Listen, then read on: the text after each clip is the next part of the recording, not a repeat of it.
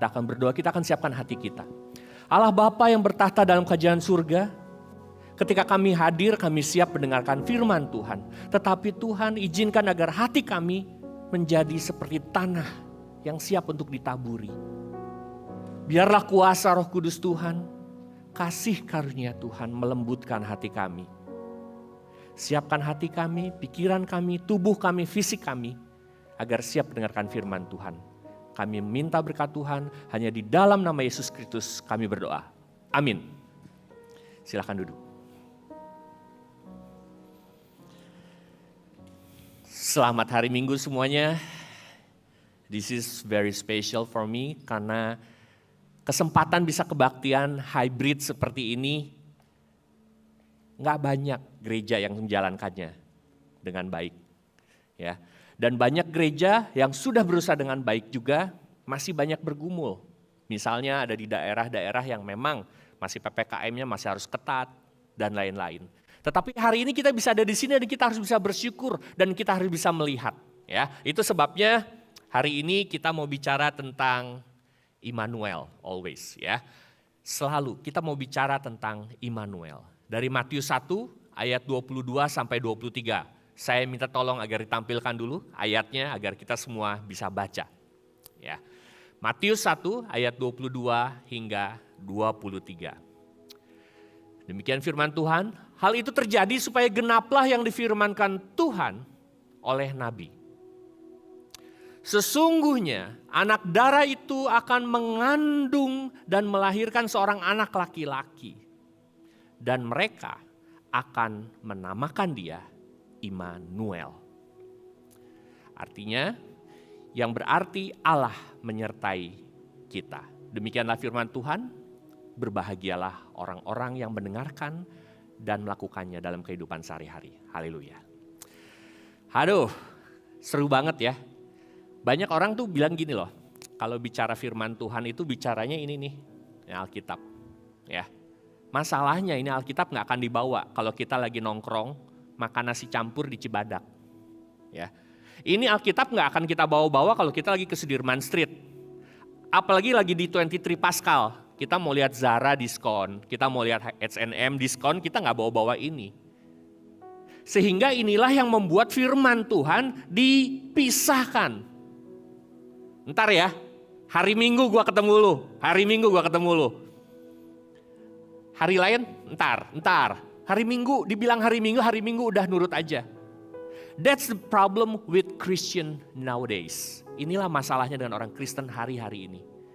Oleh sebab itu saya ajak kita semua belajar firman Tuhan tidak hanya dari firman dari Alkitab yang kita miliki. Tetapi dari apa yang kita bisa lihat sehari-hari. Hari ini saya bawa temen loh. Ya, saya bawa temen. Asik banget. Kita mau belajar sesuatu. Belajar tentang filosofi hidup.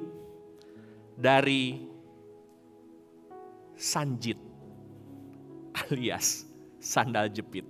Dan jujur ini sandal jepit punya istri saya. Kalau bisa di zoom in, ini sandal jepitnya udah bocel-bocel. Ya, dan ini sandal jepit yang favorit banget dipakai. Ya kalau nggak istri saya juga pakai di rumah ya. Di rumah ini bocel-bocel dan suasana sendalnya sudah terlihat habis digigitin sama dogi. Ya, tapi ini sendal dipakai terus. Nah oleh sebab itu saya mau bawa cerita curhat Sanjit alias sandal jepit ya. Dramatis banget ya sandal jepit doang nyebutnya kayak gini. Kita mau lihat apa sih yang dialami sama si Sanjit dalam hidupnya, ya? Kita mau lihat, saya udah siapkan slide-nya, ya. Oke, is it possible for me? Oh ya, oke, sudah tampil ya. Baik, ini Sanjit nih, lagi mau curhat. Kalau teman-teman semuanya lihat yang di sini maupun yang di rumah, kita mau belajar dari Sanjit ya. Yang pertama, Sanjit merasa dirinya minder, karena ya gini nih kondisinya. Sendal jepit itu ya udah kalau punya sepatu nih Jordan ya minimalnya 2 jutaan lah ya kan nggak akan nyimpen sepatunya begini, nggak akan ya nggak, blentrung bisa jatuh kemana. Kalau sendal jepit emang begini nih nyimpennya udah di situ ya, apalagi ada gini plak, tinggal dipakai, diinjak, udah nggak dilihat lagi. Coba pakai Jordan, pakainya kan dilihat ya, talinya dipas-pasin segalanya. Itu sebabnya Sanjit dia curhat, saya minder ya, saya minder karena dia jelek. Lalu Sanjit juga curhat, saya nggak diperhatiin ya, saya nggak diperhatiin di mana-mana saya berada, ditempatkannya selalu tersembunyi. Ini kelihatan nggak ya? Nah, di mana nih Sanjit ada? Coba tebak gambar, ada? Bagian sana, tuh di atas kepalanya ya. Satu lagi deh, buat tes kejelian mata. Next slide, di manakah Sanjit berada? Coba cari, di manakah Sanjit berada? Nah lo, di mana Sanjit berada? Ya, yang nggak bisa nemuin nggak masuk surga. Silahkan temukan ya. Ngeri banget ya, nggak gitu kali. Sanjit itu sembunyi, kenapa? Di mana ya? Itu tuh, itu tuh di deket Nutrisari, nyebut merek ya. Itu tuh deket minuman tuh sebelah kiri tuh, ya. Itu ada sendal merah sama kuning ya. Disembunyikan. Sanjit bilang, aduh gua nggak diperhatiin banget, gua tuh dikepinggirin. Nggak bagus, nggak elok soalnya. Dan itu jadi masalah buat si Sanjit. Kalau masih ada slide-nya, saya nyiapin 2 atau 3 slide ya buat kejelian mata. Coba kita lihat nih, masih ada nggak nih slide-nya? Next. Ini dia, berarti cuma 2 slide. Teman-teman lihat baik-baik, Sanjit juga bilang, gue sering hilang katanya. Aku sering hilang, gimana coba nemuin sendal saya kalau udah kayak gini kondisinya ya, kembar siam semuanya. Ya, semuanya kembar siam. Jadi Sanjit itu, aduh, udah minder, jelek, ya, sering dipinggirin, sering hilang lagi. Ada lagi nggak? Kayaknya masih ada. Dan dia sering disakiti, ya, atau tepatnya sering tersakiti. Naik motor, ya, pakai sendal jepit, di sebelahnya mobil. Di sini siapa yang udah pernah ngerasain pakai sendal jepit, suka kegeleng ya sama roda orang, pernah ya? Ada, amin saudara-saudara, gitu aja pakai amin ya. Ngerasa ya bahwa sendal jepit itu memang stratanya itu, kastanya udah paling bawah di antara alas kaki lainnya. Makanya Sanjit ini dia curhat. Dia sering disakiti. Dan yang terakhir, dari semua yang dia alami, si Sanjit merasakan kecemasan karena dia minder. Kita bisa belajar filosofi kehidupan dari Sanjit. Dan baru kali ini di mimbar, ngangkat sendal jepit gak dimarahin ya, karena ini alat peraga. Coba aja kalau di rumah gini ke mami ya, ke papi ya. Wih, jago kalau gak disambit lagi sama sendal lain ya. Ini berhubung lagi khotbah, dibolehin nih, pegang-pegang sendal digini-giniin. Saya cuma mau bilang bahwa pada ujung-ujungnya, si Sanjit ini dialah yang paling merasa anxiety, cemas, karena dia minder. Kita belajar bahwa sering kali di antara kita ada yang sering disisihkan. Jangan ngomong di luar rumah, di keluarga aja. Ada Koko, Cici, ada Dede. Yang lain pinter, kita ulangan jeblok terus. Dipinggirin kita. Waktu Imlek, waktu Sincah, gak ditanya-tanya juaranya apa. Disuruh makan aja di pojok, makan dulu. Tajem banget ngomongnya kok. Because we are Asian. Budaya orang Asia adalah honor and shame. Lu dihormatin, kalau nggak lu dipermalukan, pilihannya itu doang. Lu les matematika nggak di tempat yang K gitu ya? K, udah level berapa? Wih, levelnya keren banget. Lu tes IELTS nggak? Berapa skornya? 8,0. Widih, keren banget. Honor atau shame.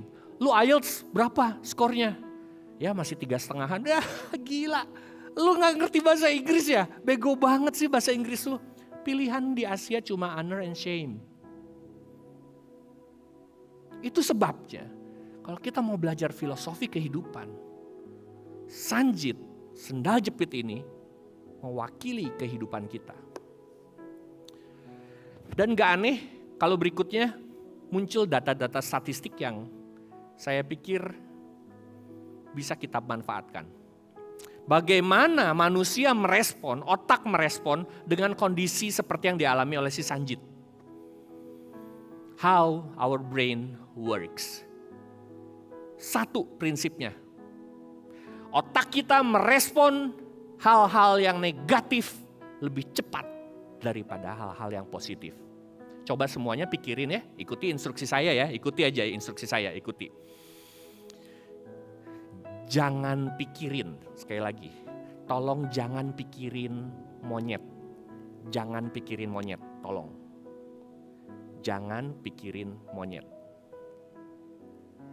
Tahan sebentar, saya ceritain apa yang terjadi di otak kita. Semua monyetnya muncul dulu di kepala, bener gak? Muncul dulu monyetnya, baru disuruh pergi. Karena otak kita meresponnya kata jangannya dulu. Jangannya seolah-olah seperti dihilangkan. Monyetnya dimunculin, baru mikir, oh jangan pikirin monyet, baru mikirin yang lain, gajah kek, apa kek. Our brain will respond to negativity faster and quicker. Sehingga nggak aneh kalau ada di sini siapa? Bolehkah kejujuran di dalam rumah Tuhan? Nggak boleh nggak jujur. Yang takut kecoa siapa? Boleh angkat tangan? Kameramen ya, kamera woman ya, ngangkat dulu. Oke, sekarang kalau ada kecoa datang, ada kursi yang cukup tinggi, kira-kira akan tetap di posisimu atau akan berpindah ke tempat yang lebih tinggi? Kira-kira ke sini ya. Padahal kalau dipikir pakai rasio, yang badannya lebih gede siapa? Kecoa atau manusia? Kalau kita udah bicara tentang hal negatif, ketakutan, fear, anxious, ya, anxiety, segala sesuatu yang negatif membuat kita tidak rasional lagi. Dan itulah yang terjadi dengan otak kita. Maka dari itu ketakutan membuat kita di-hijack, dibajak rasionya. Next, rasio kita dibajak. Begitu kita takut, rasio kita dibajak. Begitu kita merasa rendah diri, kita merasa minder, hal negatif, rasio kita dibajak. Maka di slide berikutnya, ini adalah statistik yang saya bisa peroleh, yaitu data bahwa anak perempuan lebih banyak menyakiti dirinya dengan cara cutting dibandingkan anak laki-laki. Anak laki-laki larinya kemana kalau udah stres atau takut? Menarik diri atau istilah Jepangnya hikikomori, dan lebih banyak ketagihan game. Jadi kalau ketagihan game lebih banyak fenomenanya di anak cowok, kebanyakan ya, bukan berarti semuanya. Kalau cutting, self-harm, banyaknya di anak cewek. Penyebabnya sama, negativity, ketakutan, kecemasan, rasa rendah diri. Merasa tidak mampu mencapai prestasi, shame-nya itu loh, ada honor, ada shame. Nah shame-nya ini loh. Semua yang bercampur aduk menyebabkan shame, membuat seseorang meresponnya dengan negatif. Maka dari itu, kok harus ngapain dong kok? Kita harus tahu. Kita harus kenali kebohongan apa yang sedang terjadi. Next, saya ada satu slide yang warnanya pink kalau nggak salah. Satu slide, anxiety ya. Your anxiety is lying to you. Kecemasan kita, kalau muncul di kepala kita, dia sedang berbohong kepada kita bahwa sebenarnya you are beautiful. Kamu cantik. Tapi anxiety mengatakan lu jelek, lu nggak ada yang nganggap. Lu pakai baju apa yang nggak cocok. Kulit lu gelap. Nggak glowing, ya kurang banyak belanja di TikTok kayaknya. Anxiety bilang kita harus belanja lebih banyak lagi. Lalu yang kedua, you are safe. Anxiety bilang kamu nggak aman, kamu dikejar-kejar orang, ya kamu nggak aman, nanti kamu nggak naik kelas, kamu nggak aman dan segalanya. Yang ketiga, anxiety bilang you are loved. Bohong bahwa kamu itu nggak disayangin sama orang-orang sekitar kamu tuh dibenci. Lu datang aja ke gereja. Nanti orang-orang tuh ya nggak mau salaman sama lu pada melengos. Dan benar, people see what they want to see ketika berpikir negatif. Ketika berpikir negatif, orang biasa aja lagi melengos gitu dibilangnya, ih gila dia juga melengos padahal nggak kenal sama gua. Ya iyalah kan nggak kenal gitu masalahnya gitu kan. Tapi people see what they want to see, people hear what they want to hear kalau sudah negatif pikirannya. Saya tidak mau sebut nama, tapi sekarang ini TikTok FYP selalu ada inisial D dengan M ya. D, saya nggak boleh sebutin namanya Dodi, tapi D ya. FYP, terus aja gitu. Aduh Tuhan, itu yang namanya netizen, maha mulia, maha benar, semuanya nggak ada yang benar gitu ya.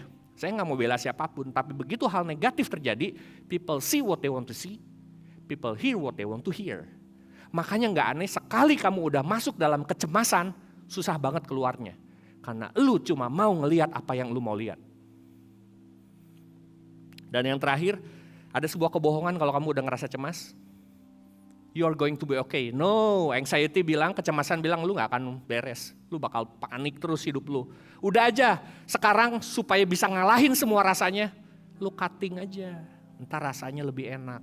That is the most common reason that I found. Yang sering saya temui, bilangnya ngakunya gitu. Pak, kalau saya cutting, kan sakit. Itu bisa membuat saya lupa dengan masalah-masalah saya. Jadi cutting bukanlah sesuatu yang enak, tapi sesuatu yang bisa mengalahkan shame yang saya miliki. So, what are you going to do? Sebagai orang Kristen, apa yang mau kita lakukan? Sanjit curhat. Dan ini mewakili keberadaan kita. Next. Keberadaan kita tidak bisa lepas dari keberadaan Kristus, pencipta kita yang sudah hadir di dunia. Kita mengenalnya Natal. Sengaja lo datang, sengaja. Dan yang lebih sengaja lagi datang bukan untuk dimuliakan, dipestain, tapi datang untuk mati di kayu salib. Gila kan? Gila dalam arti keren banget loh, keren banget. Tuhan kita, Tuhan yang keren banget. Dan yang keren adalah, ingat ini. Ya, ingat ini. Allah menyertai kita. Ini semua yang ada di sini, kalau yang di rumah juga bisa. Saya ajarin dulu ya. Allah, bahasa isyaratnya begini. Allah lalu menyertai, ya, menyertai, dua jempolnya begini. Nggak usah ikut goyang, karena ini maknanya beda. Ya, menyertai begini ya. Menyertai, kita akan lakukan sama-sama. Jadi hafalin. Allah menyertai. Lalu kita, ini wi, ini huruf W. Kita ini ya wi ya. Wi itu dari pundak kanan ke pundak kiri. Ya, pundak kanan, pundak kiri. Wi. Jadi kalau bicara Allah menyertai kita, Allah menyertai kita.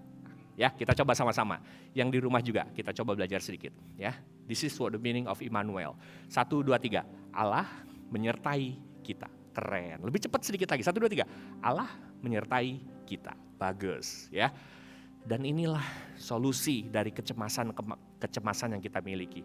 Sanjit, kamu gak usah cemas lagi. Kenapa? Teman-teman jawab, Allah menyertai kita. Sekali lagi ya, saya akan monolog dengan Sanjit, teman-teman yang jawab Allah menyertai kita. Kayak sekolah minggu ya, siap. Sekali lagi ya, Sanjit, kamu gak usah minder lagi. Kenapa?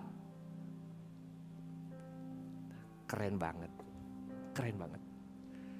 You don't have to speak. Tapi Allah menyertai kita.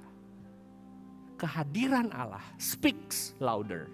His presence speaks louder than the voice. Next. Maka dari itu, dari Matius ini, Matius 1 ayat 22 dan 23, kita ambil perikop yang panjang dari ayat 18 sampai 25. Saya kerucutkan di 22 sampai 23, ya. Ini cuma mau bilang bahwa akan ada seorang anak datang, ya. Seorang anak datang ke dunia, dilahirkan, dan dia akan dinamai Immanuel. Allah menyertai kita. Gak ada di tempat lain. Yang ada adalah kalau lu punya masalah, ya, cari Tuhannya, kasih persembahan ke Tuhannya. Nanti Tuhannya akan kasih berkat lagi ke kamu. Tapi kalau Allah kita beda. Lu lagi masalah, lu lagi shame, lu lagi di rendah-rendahnya, di titik rendah. Allah menyertai kita. Nggak diminta, dia ada bersama kita. Dan itulah hebatnya, luar biasanya Allah kita. Maka dari itu saya ingin menutup dengan beberapa quote yang buat saya luar biasa sekali. Saya bacakan untuk kita semua, semoga nanti bisa tampilkan juga. Bethlehem was God with us. Momen Bethlehem adalah ketika Tuhan bersama kita, Immanuel. Calvary adalah momen di mana God for us. Yesus mati untuk kita. And Pentecost, Roh Kudus itu adalah momen di mana Tuhan di dalam kita. Sehingga tidaklah berlebihan kalau manusia dituntut untuk grateful. Tuhan sudah dikasih with us, for us, and in us. Itu sebabnya kita harus grateful. Bersukacita, berterima kasih. Orang yang tahu terima kasih adalah orang yang bisa merasakan kehadiran Tuhan. Shame-nya bisa dikalahkan. Karena kamu bisa merasakan kehadiran Tuhan. That is the beauty of love. The beauty of grateful. Jadi kalau kamu sedang merasa cemas, anxiety, ada satu yang hilang, yaitu adalah hati yang grateful. Temukan itu kembali. Temukan itu kembali. Maka kamu akan mengalami sukacita yang luar biasa.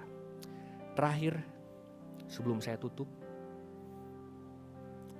ada sebuah quote lagi yang mengatakan bahwa Zig Ziglar mengatakan, "You'll never see a happy, ungrateful person."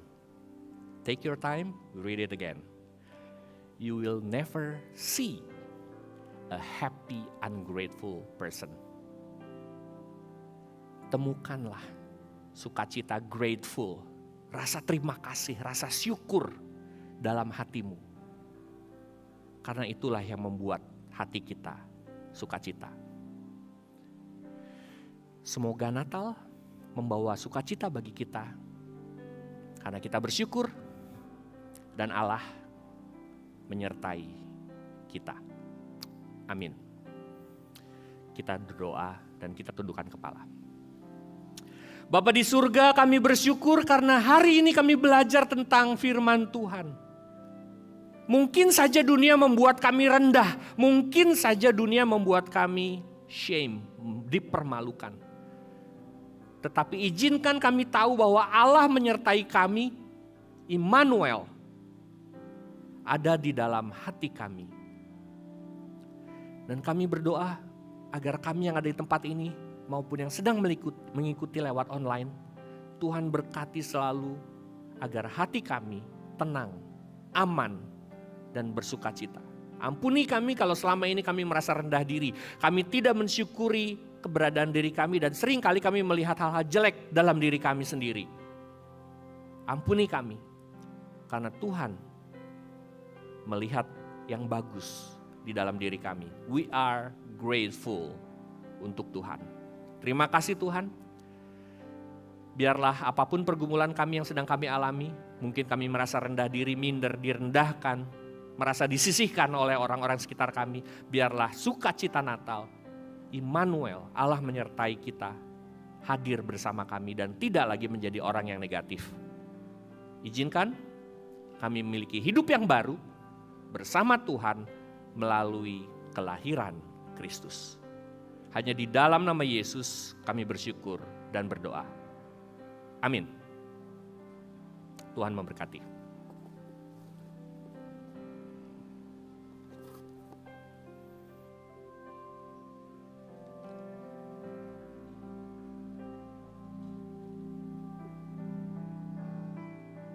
Oke, shalom saudara. Kita bersyukur kalau kita sudah melalui kurang lebih 52 minggu sepanjang tahun ini. Dan ini adalah hari Minggu terakhir sebelum kita akan melalui akhir tahun 2021 ini. Atas nama seluruh pengurus dari Wave Youth Ministry, sekali lagi kami mengucapkan selamat Natal buat teman-teman semua yang hadir mungkin kemarin di dalam ibadah Natal Pusat ataupun selama beberapa minggu di dalam minggu-minggu Advent ini. Saya mengucapkan terima kasih buat Pak dan Bro Teguh yang bisa sekali mendengar pesan dan juga bertemu kembali di dalam pelayanan ini bersama-sama. Beliau juga salah satu kepala sekolah inspiratif ya yang boleh dipilih oleh pemerintah dan Departemen Pendidikan di Indonesia. Saya percaya kita boleh banyak diberkati pada pagi hari ini. Kiranya apapun yang menjadi segala kecemasan, ketakutan, pergumulan kita bawa ke dalam satu momen di mana Tuhan hadir, Tuhan ada, dan Tuhan beserta dengan kita. Kiranya menutup tahun ini kita boleh mensyukuri segala banyak pengalaman. Bahwasanya Natal bukan hanya bicara sesuatu yang menyenangkan, sesuatu yang perayaan, tapi juga Natal merangkul momen-momen di mana kita pernah luka, pernah sedih, pernah gagal. Dan disitulah Tuhan juga hadir mengalami dan bersama dengan kita semua. Mari kita boleh menutup ibadah tutup tahun pada hari ini. Sebelum kita akan bertemu di minggu depan, jangan lupa untuk ibadah pertama di tahun yang baru, tahun 2022 kita menyaksikan, kita menantikan, kita menyongsong akan berkat Tuhan senantiasa. Saya undang kita bangkit berdiri bersama-sama, kita menerima berkat daripada Tuhan saja.